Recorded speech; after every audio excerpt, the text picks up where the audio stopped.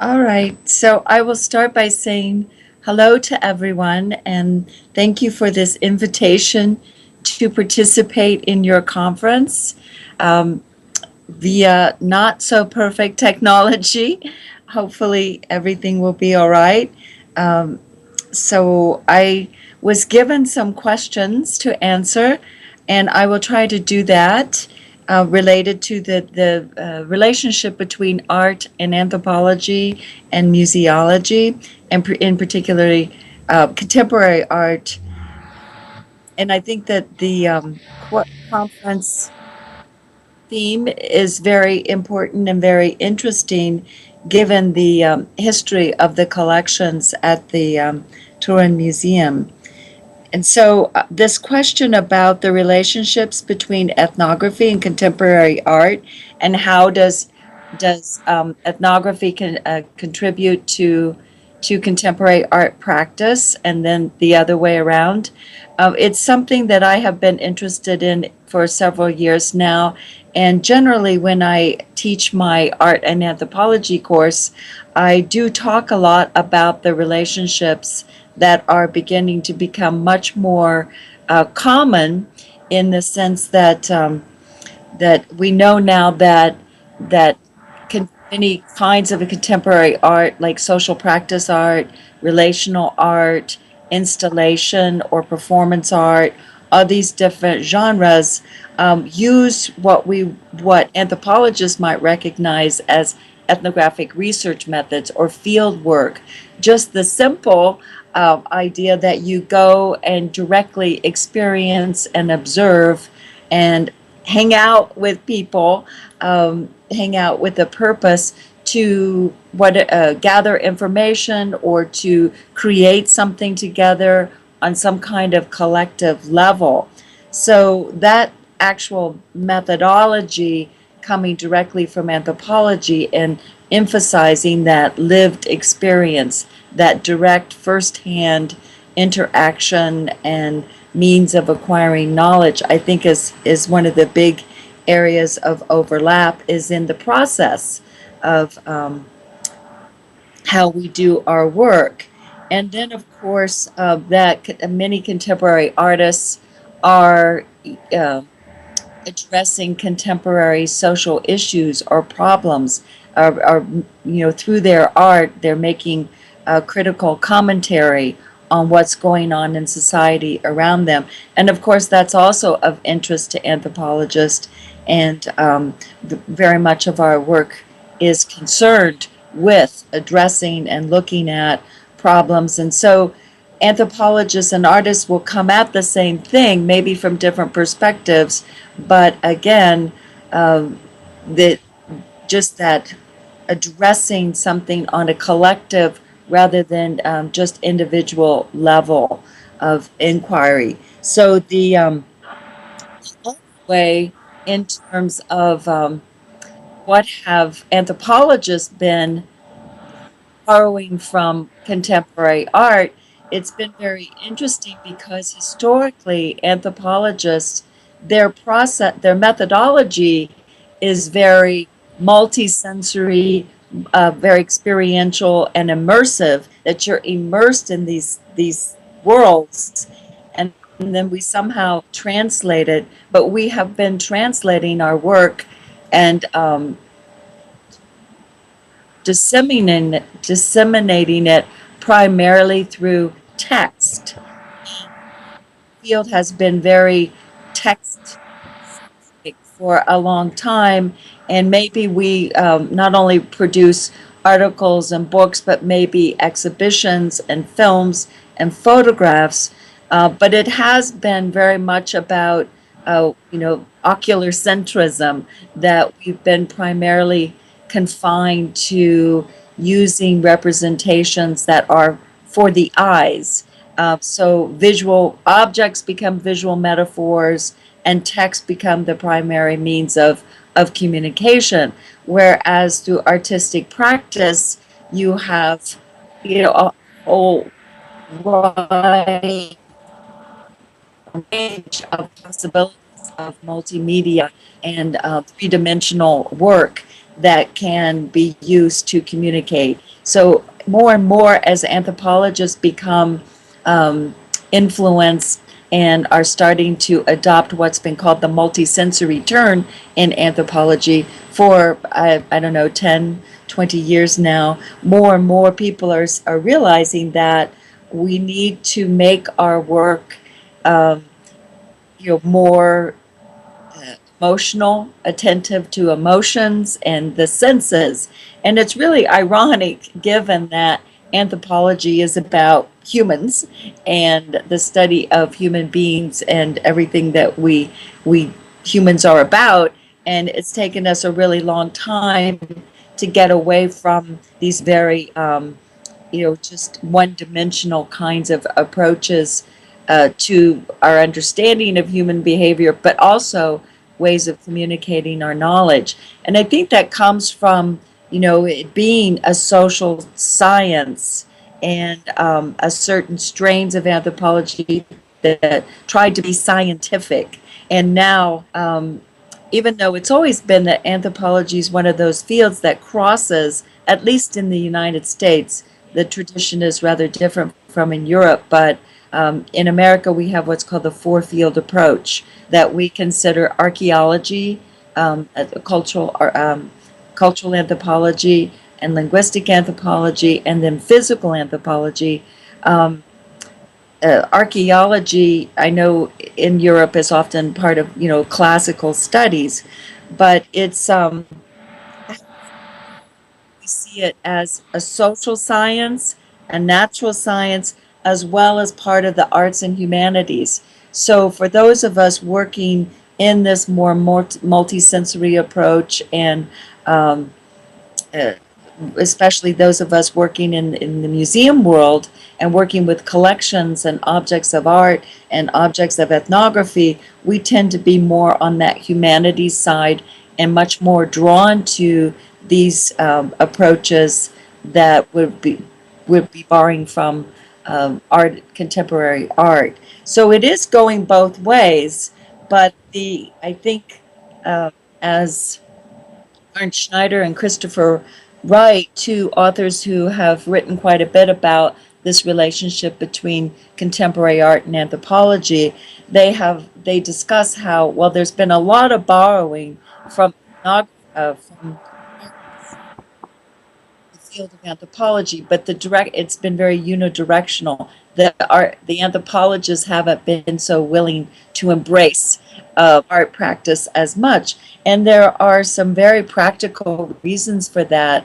Um, Particularly when we talk about professional ethics. Anyone who works with so-called human subjects has to go through this review board and have their research proposals and questions and methodology basically, approved. And whether or not this board, this body thinks that what you're doing is ethical and will not cause any kind of harm, not just physical harm, but emotional or harm or discomfort. And, and so we don't have the same freedom or artistic license that artists do. And that restricts, I believe, not only the a widening or expansion of anthropology more into artistic practice, because a lot of people are very worried about those kinds of sort of ethical dilemmas or not being able to pass the university institutional review board, and that's really unfortunate, I think, and um, I think we shouldn't let those kinds of things stop us, and but always considering that whatever we do should never, in any way, I'm sure artists feel that way too, that um, should bring any kind of harm or discomfort. And but at the same time, artists a lot of times are trying to create a sort of tension or discomfort in being critical of society, or I mean that's sort of their job, and it's the job of anthropologists to do that as well. um, I don't know what the situation is like in Italy and Europe. I'm sure I've had some discussions with people about this before, but uh, regarding the kind of guidelines that researchers have to follow. But that is one of the differences, I believe, and one thing that holds anthropologists back.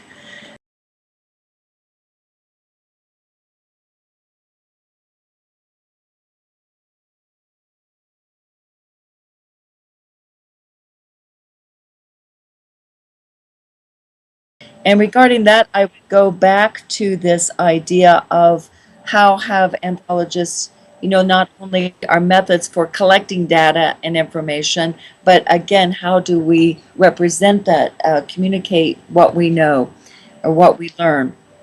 And that has been very text oriented. And the this idea also of using objects as information carriers, this notion that really underpins the concept of material culture, that objects can somehow are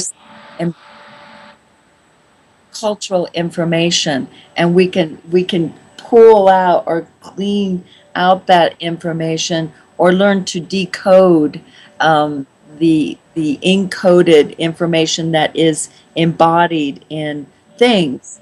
And so this notion of object as information carrier, object as standing for or standing in for a culture, on this general level, is very different from looking at a piece of art as a singular work of art in and of itself, rather than representing a way of life or a group of people. So that's a big difference in terms of how anthropologists have used art in the past, uh, and how it has been a window onto other cultural phenomenon. But more recently, with this, artistic turn or sensory turn in anthropology, really beginning to focus on the particularism or the particularity and singularity of a particular piece. And I think this has come into play, especially with working with indigenous peoples art, where the singular object is of importance. It's not just a cultural representative. If it is an ancestor figure, it may not represent the ancestor, it is the ancestor, and it embodies the power and the agency of that object. So I think with this multisensory turn, there's a greater appreciation and respect for the singularity of objects, not as just for scientific evidence, standing in for some other aspect of culture. And I do think we have a long way to go with that, because it gets back to this idea of what is scientific and what is getting over into the realm of the supernatural, magic, spirituality, all these things that we have been more and more uh, becoming more sensitive to and aware of, with, for example, in the United States, with working more closely with source communities, indigenous communities, in curating their collections and co-curating collections, that that there's respect now for the spirituality that's part of objects. They're not just visual metaphors. They're not just information carriers. They carry all kinds of power and meaning. And so I think that that is also something that um, artists and uh, that motion the uh, multiple ways, multiple dimensions in which through which we can experience and feel things. So I do think they are complementary. Again, coming at it from coming at maybe the same thing, but from different directions and different perspectives and methods. Um,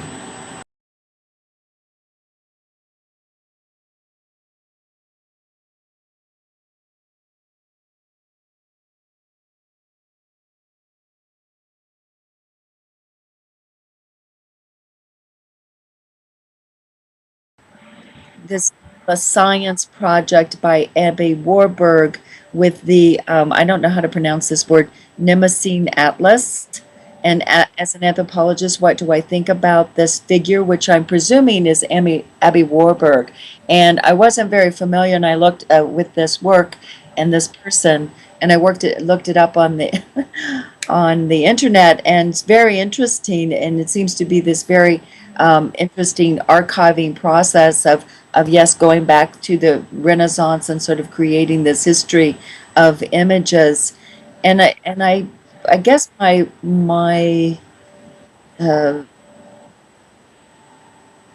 the only way I can think about it at this point without knowing more about it and studying more is just to see it as this very interesting documenting, archiving project and way of classifying and ordering the world um, through the eyes of this one person, and how those kinds of taxonomies and systems are. They say something of a time and a period and a context and an intention. And what might that tell us about uh, what kind of a reflection is that of that context of place and time and uh, intellectual perspective, disciplinary perspective. And so I think a lot of this is going on in photography, where people are using visual images for exploring not just the documentation aspect of it, but also the materiality of the photograph itself. What is a photograph? And what does it mean when it's used in these different contexts? What kind of functions does it take on? So I really can't say a whole lot about that work because I was just exposed to it, but it looks fascinating, and I could see how it could be very fruitful to explore.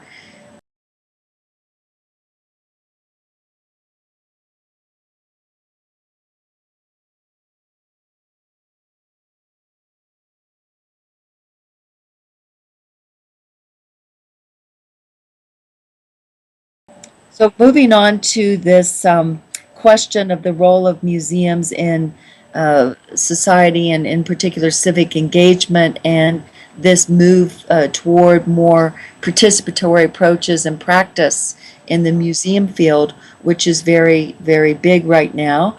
Um, but of course, participation, as I've written about before, is nothing new.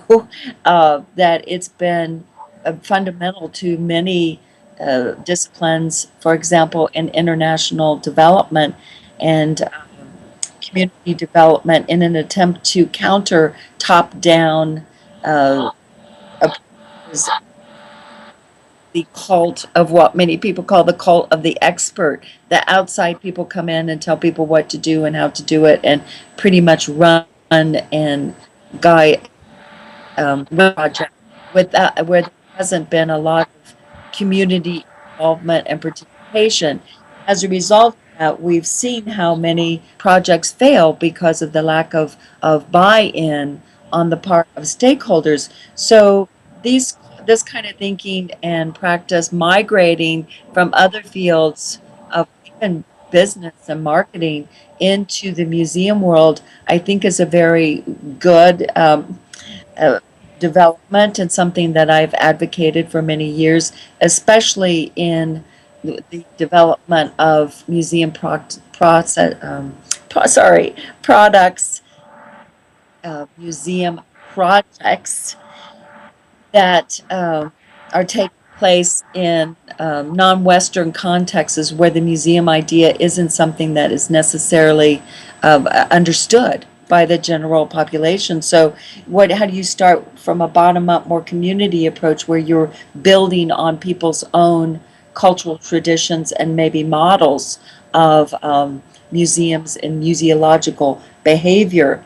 But in the context of Western museums and contemporary practice, I was just in Seattle at the American Alliance of Museums annual conference, which is the large uh, museum association for American museums. We don't have a Ministry of Culture. We don't have one federal government institution devoted to museums.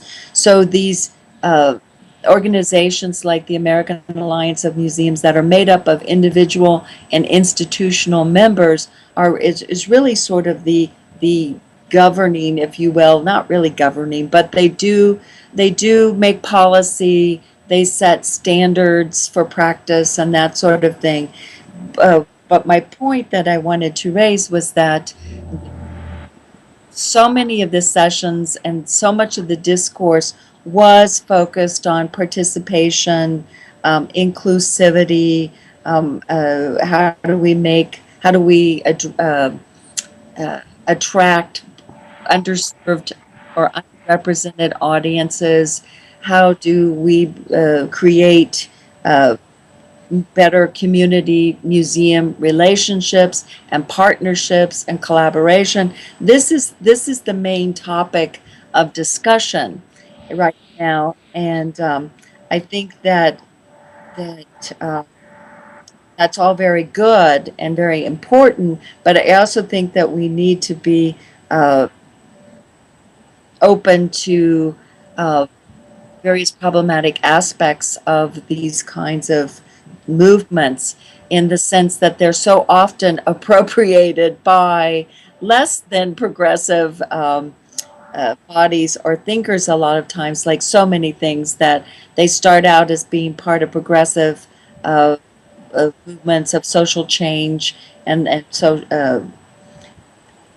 sort of thing. And then they become mainstream, and all of a sudden, everybody's doing participation, everybody's doing engagement, and we have to question, well, to what degree, and how truly democratic, who's setting the terms for participation and engagement, all those questions of who retains the power and authority. And I think Bernadette Lynch from the UK has written and done a lot of really important, interesting work on this, where she really does look in institutions and to what degree is this true participation and engagement, and how much of it is related to so-called empowerment, and when in actuality it can be very uh, empowerment light, as she calls it, that it's it who is controlling those processes of participation. And as a lot of us know, there is a continuum of participation, from just starting out with consultation, being, very basic and not very in depth, to full participation, where you're basically turning the institution over to community members and letting them make decisions on all levels of operation, and not just, you come up with an idea for an exhibition and then you go to uh, a refugee community or Native Americans here, and then you say, "Oh, how do you like our idea? Do you want to participate?" We all know that is not the way to go. But it's just that danger when something becomes mainstream, as I think that this is becoming, that we really um, need to be very reflexive and critical about what that entails, and especially in the just to for comparative purposes, for people there, working in a European context is very different from an American context, where we are so absolutely dependent on private funding from corporations and private donors. Yes, there is public funding available, but it's actually, uh, in terms of percentage, small compared to what is coming from the private sector.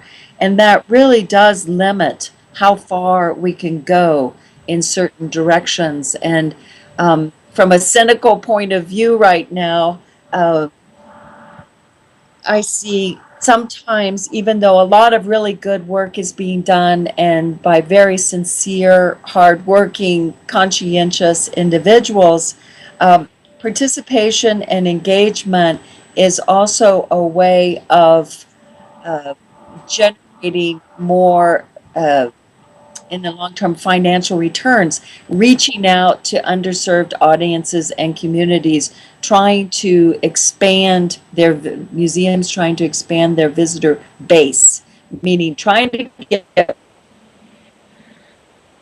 more people through the, it's an amazing, wonderful thing that in the UK, museums are free. And I think that they are able to do a lot of more socially progressive, social justice work and even controversy, what would be seen as very controversial work there, because they don't have to worry about making a donor unhappy, and the donor says, okay, I don't like what you're doing. I'm pulling my funding, which happens here. It can easily happen.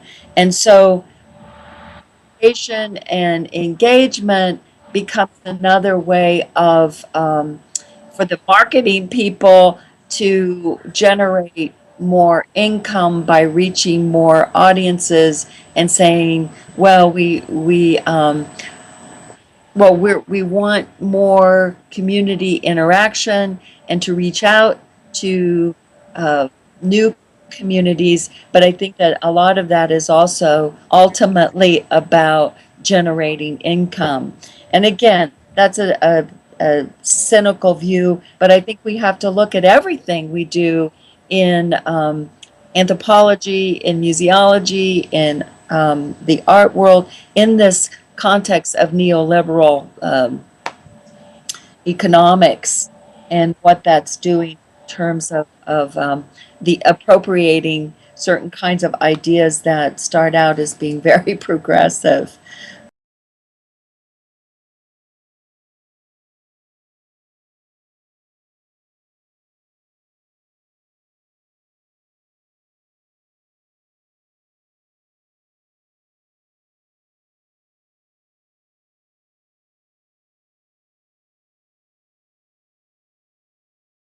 In terms of, well, in ethnographic museums, uh, be resources for creative practice and creative fostering creativity within communities. And I think that that is something that ethnographic museums can borrow a lot from and use contemporary art and artists to invigorate our practice and invigorate our collections and shed new light on their uh, ways that can be interpreted and used and experienced. And but one thing I think that, of course, and this is something that you're addressing in your conference, this historic focus on difference, and that anthropology has historically been about the non-Western world and continues to have this problem of being about the so-called other and othering. And so I think that, burdened by our collections and that they tend to be about the, from communities outside the Western world. But then this collection at Turin now is also very interesting in terms that it has been from a kind of other community, but that somehow we need to try to overcome or get away from this idea that ethnography is only about others, and that that anthropology, ethnography is and for everyone. So, how do we use these collections to make cross cultural connections and approach maybe universal kinds of questions and issues on that human level? What, about talking about humanity and keep it focused on humanity, um, and about everyone, not just historically what the collections represent. I can't think of a good example right at this very moment of how we might do that, but just that point of view that anthropology is about everyone.